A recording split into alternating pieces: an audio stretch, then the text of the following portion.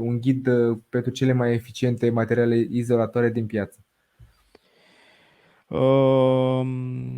Pentru izolație, eu sunt foarte pro vată minerală bazaltică. Da, știu, are un pic un preț mai sus decât polistirenul, dar e un material mai sustenabil, provine din mediul natural, adică din rocă vulcanică bazalt, adică sunt niște lucruri aici pe care eu le apreciez. Acum, dacă ne raportăm și la ceea ce avem în buzunar, că și bugetul nostru contează, să punem un pic în balanță treaba asta.